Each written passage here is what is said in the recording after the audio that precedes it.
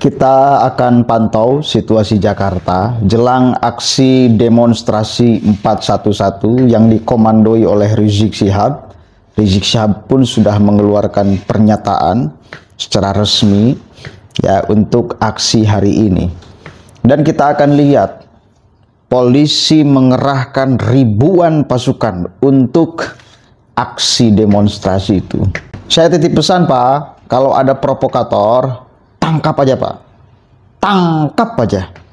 Ya. Tangkap aja. Tuman. Kita akan baca dulu beritanya nih. FPI gelar reuni 411 desak Jokowi dan Fufu Fafa ditangkap. Polisi siagakan 1.900 personel.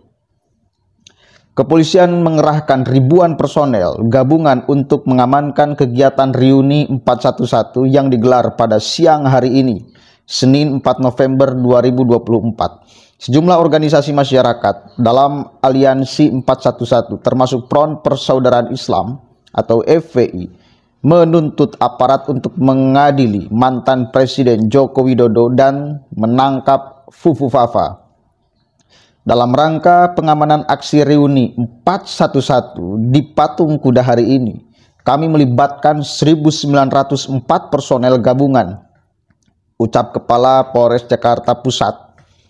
Kemudian, Susatyo menerangkan personel gabungan itu terdiri dari 1.704 personel Polda Metro Jaya, 100 personel Polres Metro Jakarta Pusat, dan 100 prajurit TNI.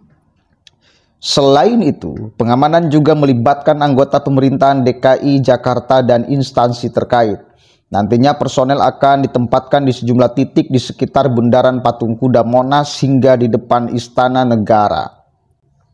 Ia mengatakan personel pengamanan tidak dibekali dengan senjata dan telah dihimbau untuk menghargai masa aksi dalam mengemukakan pendapat di muka umum. Susatyo menginstruksikan pada personel keamanan untuk bertindak persuasif, mengedepankan negosiasi dan mengutamakan pelayanan humanis.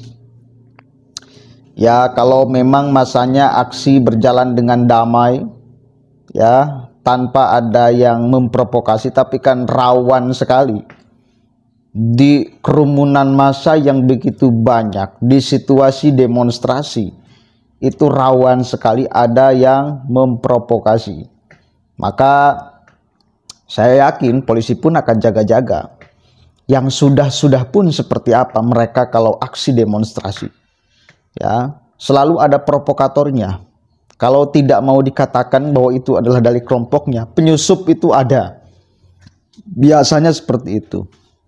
Ya, kan suka mereka mengatakan, oh itu bukan dari kita. Kalau ada yang memprovokasi, itu penyusup aja. Oke, tapi yang jelas apa faktanya di dalam aksi demonstrasi selalu ada yang begituan. Maka hati-hati kepada umat Islam yang mau akan melaksanakan demonstrasi. Jaga diri dengan baik. Jangan terprovokasi. Saya menghimbau itu aja. Dan Pak Polisi, bila ada yang memprovokasi, ciduk, Pak. Ciduk aja, tangkap supaya menyelamatkan yang lain.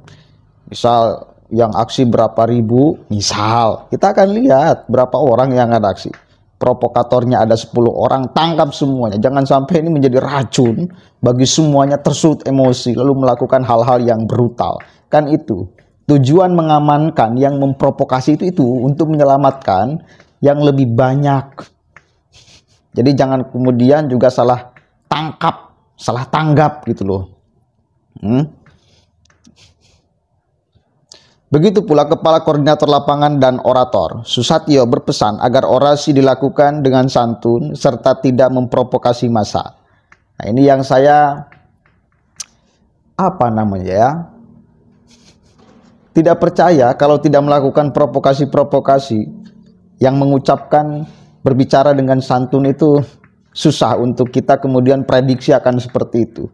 Jangankan di panggung-panggung orasi, di panggung-panggung ceramah, karakter mereka seperti apa kita kan tahu. Di panggung ceramah aja, di panggung forum, Forum yang di sana adalah jamaah mereka. Ya kalau ngomong ya seperti itu, memprovokasi banget. Itu di panggung ceramah, apalagi di momentum ada tuntutan di depan maksa aksi yang begitu banyak, bakal sangat berpotensi sekali. Mereka akan kehilangan kendali, lalu kemudian memprovokasi massa, lalu massa menjadi mendidih darahnya, mendidih otaknya, hatinya terkunci, lalu melakukan hal-hal yang tidak diinginkan, atau bahkan bisa jadi melanggar hukum, merusak dan lain sebagainya. Itu potensi-potensi itu kemudian pasti ada, selalu ada di aksi demonstrasi itu. Satu kali lagi, jangankan di panggung orasi, memang tujuannya aksi ya, tujuannya menangkap, mengadili, itu pasti tuh keluar kata-kata provokator. Di panggung-panggung ceramah juga mereka sering tidak terkendali kalau ngomong kok. Maka harus siap siaga juga. Provokatornya tangkap. Yang orasi kalau memprovokasi, turunkan Pak, tangkap aja. Udah, biar mengamankan yang lain. Tujuannya. Begitu. Ia mengimbau peserta aksi untuk menghormati pengguna jalan yang akan melintas di bundaran Patung Kuda Monas maupun lokasi lain. Perihal pengalihan arus lalu lintas, Susatyo menuturkan hal itu bersifat situasional, artinya rekayasa arus lalu lintas akan diberlakukan berdasarkan dinamika situasi dan kondisi di lapangan. Sebelumnya FPI telah mengkonfirmasi bahwa reuni 411 akan digelar mulai pukul 13.00 WIB menurut selebaran poster yang beredar di media sosial tertulis hadiri dan syiarkan aksi 411 bersama DPD Front Persaudaraan Islam DKI Jakarta. Poster itu juga memuat lokasi dan titik kumpul untuk aksi tersebut. Diketahui FPI dan beberapa ormas lain akan menggelar aksi di depan Masjid Istiqlal, Jakarta Pusat. Agenda aksi diawali dengan salat zuhur di Masjid Istiqlal, Jakarta Pusat. Setelah itu akan dilanjutkan dengan long march menuju Istana Presiden di Istana Merdeka, Jakarta Pusat. Di bagian bawah poster tertulis tema yang bunyinya adili Jokowi dan ganyang Fufu Fafa. Ini kan tuntutannya udah seperti ini. Pasti udah dipastikan ada provokasi-provokasi. Itu harus kemudian diantisipasi. Ya, harus diantisipasi. Saya akan tetap menghimbau kepada umat Islam mending jangan datang. Himbauan saya seperti itu. Kenapa? Saya lihat madaratnya akan lebih besar daripada manfaatnya. Madaratnya akan lebih besar daripada manfaatnya. Kalau memang itu urusan Pak Jokowi, urusan katakanlah ada pelanggaran hukum diduga atau dianggap melanggar hukum, ya tinggal ada jalurnya yang bisa ditempuh kan. Fufu Fafa ya tinggal dilaporkan aja. Lagian Kominfo itu udah mengkonfirmasi bahwa itu bukan akun Gibran. Terus lantas mau ngapain lagi? Ngapain lagi? Punya bukti yang diucapkan oleh Roy Suryo. Terus kan si Roy Suryo itu selalu kemudian mengulik luar biasa urusan Fufu Fafa ini, sehingga selalu dikait-kaitkan bahwa ini adalah milik Gibran. Dan kalaupun benar itu adalah milik Gibran, kalau benar, saya yakin Pak Prabowo juga udah memaklumi. Kenapa? Karena situasi saat ini dengan situasi dulu itu sudah sangat berbeda, Pak. Ini urusan politik, jangan kemudian diseret-seret ke urusan personal. Dulu itu situasi politik sangat panas antara Pak Jokowi dengan Pak Prabowo. Ya, kalau kemudian mau dikatakan seimbang penyerangan kepada Pak Prabowo dengan Pak Jokowi itu ya seimbang, bahkan lebih sadis kepada Pak Jokowi. Agamanya dituduh apa segala macam, dituduh PKI dan lain sebagainya. Itu kan yang terjadi faktanya. Artinya Pak Prabowo pun akan sangat memaklumi bila memang itu benar akun Gibran dan memang sudah dikonfirmasi bukan akun Gibran. Tapi ya wis lah, terserah ente. Tapi menurut saya kalau memang itu adalah tuntutannya, ada jalur yang kemudian bisa kan ditempuh, tidak kemudian melakukan aksi. Bisa kan? Kenapa?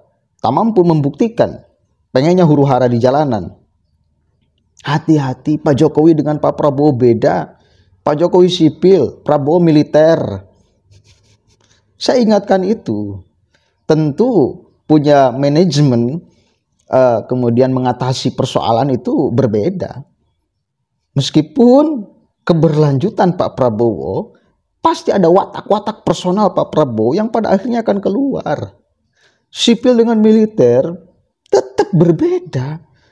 Cara menyikapi persoalan, mengatasi persoalan, mengatasi dinamika itu pasti akan berbeda. Makanya hati-hati.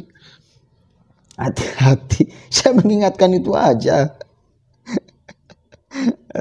Ada ruang yang lebih kemudian bisa sangat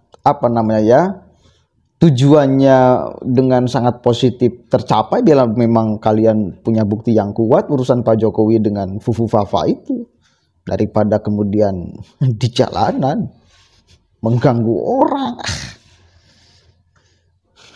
Karena pada akhirnya kalau kemudian Anda terprovokasi, Anda yang rugi loh. Saya ingatkan kepada masyarakat Muslim khususnya, karena pasti tujuan utama yang digerakkan itu adalah umat Islam. Hati-hati, Anda yang tanggung jawab bila Anda melakukan hal-hal yang di luar batasan hukum di Jakarta karena provokasi-provokasi. Anda yang akan tanggung jawab. Makanya jangan mau menjadi korban. Daripada berpotensi menjadi korban, mending diam aja. Kalau saya sih sarannya itu, ya kasihan juga. Kalau sudah diciduk, dipenjarakan, mewek semua tuh. Udah, jangan munafik. Kalau ditangkap, dipenjara karena kesalahan Anda memprovokasi misal, atau terprovokasi lalu melakukan hal-hal yang di luar batasan hukum, Anda yang akan meweknya. Anda yang akan menanggungnya. Nggak mungkin lalu digantikan di penjaranya misal oleh Rizik, oleh Bari, itu nggak mungkin. Udah beberapa kali kejadian kan. Urusan Kiai Ima juga, Muhyiddin yang melakukan kebrutalan kepada Bansar, merusak mobil, itu yang dipenjara siapa? Apakah Rizik Syihab yang memprovokasinya? Kan enggak, Anda. Jadi itu harus disadari dan dipahami sehingga menjadi kewaspadaan. Ya, begitu. Mudah-mudahan ada manfaatnya dan kita akan lihat, kita akan pantau nanti jam 1 akan seperti apa. Assalamualaikum warahmatullahi wabarakatuh.